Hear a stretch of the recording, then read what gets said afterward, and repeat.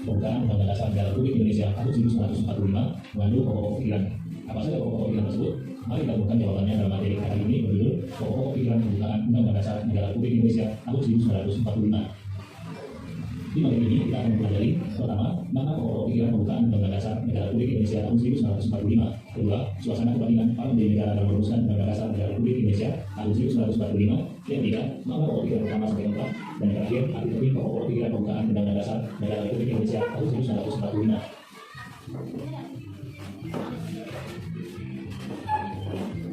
Para pelajar, mari kita pahami lebih dahulu pengertian pokok-pokok pikiran pembukaan Undang-Undang Dasar Negara Republik Indonesia tahun 1945.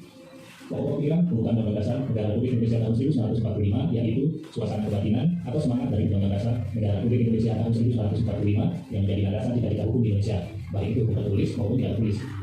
Sedangkan suasana kebatinan itu sendiri berarti gambaran proses penyusunan teks Undang-Undang Dasar, bagaimana keterangan-keterangannya, serta suasana atau situasi ketika teks itu disusun. Jadi ketika Undang-Undang Dasar 1945 disusun, suasana kebatinannya meliputi yang pertama, keinginan yang buruk para pendiri negara untuk mendirikan negara Indonesia yang merdeka. Kedua, kemerdekaan negara Indonesia itu harus dibangun di atas persatuan segenap bangsa dan seluruh wilayah. Tiga, setelah merdeka, hendak mewujudkan keadilan sosial bagi seluruh rakyat Indonesia. Keempat, pendiri negara menginginkan rakyat diposisikan sebagai pihak yang berdaulat atau sebagai aktor kekuasaan. Dan yang terakhir, negara yang akan didirikan nanti adalah negara yang didasarkan atas ketuhanan yang maha esa. Suasana kebatinan tersebut tercermin dalam pokok-pokok pikiran pembukaan Undang-Undang Dasar Negara Republik Indonesia tahun 1945 yang terdiri dari pertama, pokok pikiran pertama, kedua, pokok pikiran kedua, ketiga, pokok pikiran ketiga, dan yang keempat, pokok pikiran keempat. Mari kita bahas masing-masing pokok pikiran tersebut. Pokok pikiran pertama pembukaan Undang-Undang Dasar NRI tahun 1945. Pokok pikiran ini berbunyi negara melindungi segenap bangsa Indonesia masuk ke negara Indonesia berdasar atas persatuan. Maknanya adalah negara melindungi bangsa Indonesia dimanapun berada dan seluruh wilayah Indonesia agar aman dari ancaman musuh. Negara mengakui keberadaan semua paham dan golongan dari bangsa Indonesia. Selain itu, negara-negara dan setiap warga negara wajib mengutamakan kepentingan bangsa dan negara di atas kepentingan pribadi atau golongan. Perwujudan pokok pikiran ini antara lain, pertama, negara melaksanakan vaksinasi massal untuk melindungi rakyat dari penyebaran COVID-19. Kedua, dibentuk TNI dan Kepolisian Republik Indonesia untuk melindungi wilayah dari ancaman musuh dan menjaga keamanan dan ketertiban masyarakat. Ketiga, pemerintah memperbolehkan paham dan golongan tumbuh dalam masyarakat sepanjang tidak bertentangan dengan nilai Pancasila. Dan yang terakhir adalah hidup hukum dan hormat. Pokok pikiran kedua pembukaan Undang-Undang Dasar NRI tahun 1945. Pokok pikiran ini berbunyi negara hendak mewujudkan keadilan sosial bagi seluruh rakyat Indonesia. Maknanya adalah keadilan sosial bermakna bahwa warga negara dipenuhi hak dan kewajibannya dalam negara keadilan sosialnya secara seimbang sehingga mencapai kesetaraan. Kemudian keadilan sosial adalah kita bersama setelah berhasil mendirikan Indonesia merdeka. Selain itu, pemerintah menentukan cara dan peraturan untuk mewujudkan kesejahteraan umum sesuai ketentuan dalam Undang-Undang Dasar. Perwujudan pokok pikiran ini antara lain, pertama, negara menjamin kesamaan hak dan kewajiban dalam hukum dan pemerintahan. Misalnya, ditegakkannya hukum kepada siapa saja dan rakyat diberikan hak untuk memilih dan dipilih dalam pemilihan umum. Kedua, pemerintah melaksanakan program tertentu agar rakyat yang mampu dalam itu tidak berbagai ekonomi nasional. Misalnya, program keluarga harapan atau singkat PKH. Kemudian ketiga, pemerataan pembangunan di seluruh wilayah Indonesia. Pokok pikiran ketiga pembukaan Undang-Undang Dasar Negara Republik Indonesia tahun 1945. Pokok pikiran ini berbunyi negara yang berkedaulatan rakyat berdasar atas kerakyatan dan permusyawaratan perwakilan. Maknanya, Indonesia menyatakan dirinya sebagai negara yang mengakui rakyat sebagai asal mula kekuasaan pemerintah. Penyaluran aspirasi rakyat dilakukan melalui lembaga-lembaga perwakilan seperti MPR, DPR, DPD, DPRD. Dan dalam mengambil keputusan bersama di lembaga negara dan masyarakat selalu mengedepankan peran musyawarah untuk mencapai kepentingan. Sebetulnya pokok pikiran ini antara lain pertama, dilaksanakannya pemilihan umum secara teratur untuk memilih pemimpin baik presiden, kepala daerah, anggota legislatif seperti anggota MPR, DPR, DPD, DPRD. Pemilihan umum ini sebagai wujud pelaksanaan kedaulatan rakyat. Kedua, penyaluran aspirasi rakyat melalui lembaga perwakilan baik itu di tingkat pusat maupun daerah.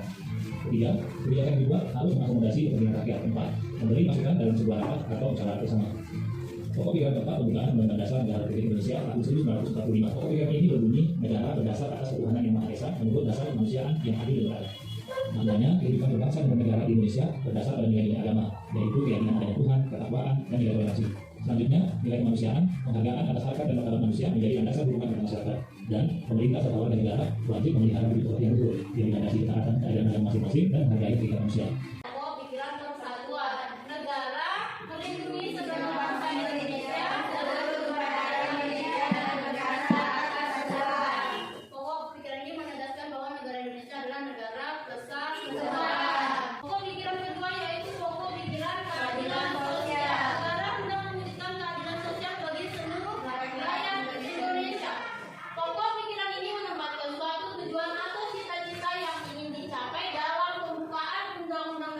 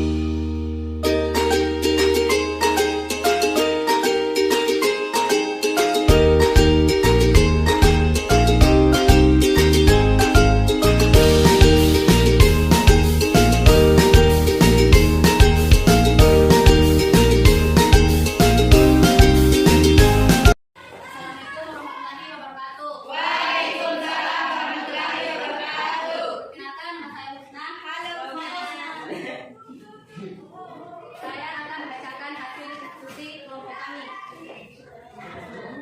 Kelompok berapa? Satu. Silakan. Soalnya. Mengapa para pendiri negara mengamanatkan bahwa bentuk negara yang cocok bagi Indonesia adalah negara kesatuan? Karena latar belakang wilayah dan masyarakat Indonesia yang terdiri dari pulau-pulau terpisah dengan suku bangsa yang beraneka ragam, sehingga untuk negara kesatuan dinilai yang paling tepat agar Indonesia mudah bersatu dan tidak mudah dipecah belah.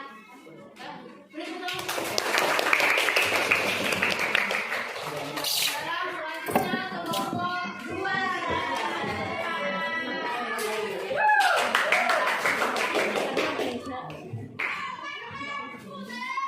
Assalamualaikum warahmatullahi wabarakatuh. Waalaikumsalam warahmatullahi wabarakatuh. Perkenalkan, nama saya Nurul Ayu, saya dari kelompok 2. Saya akan membacakan hasil diskusi saya dari kelompok 2. Menurut pandangan kalian, apa makna masyarakat adil dan makmur itu? Jawab. Serta bagaimana mewujudkannya? Jawab. Adil menjelaskan bahwa negara Indonesia menegakkan keadilan bagi warga negaranya. Makmur mengendaki negara mewujudkan kemakmuran dan kesejahteraan bagi warga negaranya. Cara mewujudkan masyarakat adil, yaitu dengan cara tidak melakukan tindakan yang negatif dan dapat merusak negara Indonesia dan menimbulkan rasa privasi yang bagaimana dan dapat dalam menjalankan negara yaitu Pancasila, kemanusiaan yang adil dan beradab. Cara mewujudkan masyarakat makmur, yaitu panen raya untuk kemakmuran rakyat. Sekian, terima kasih. Hasil diskusi saya dari kelompok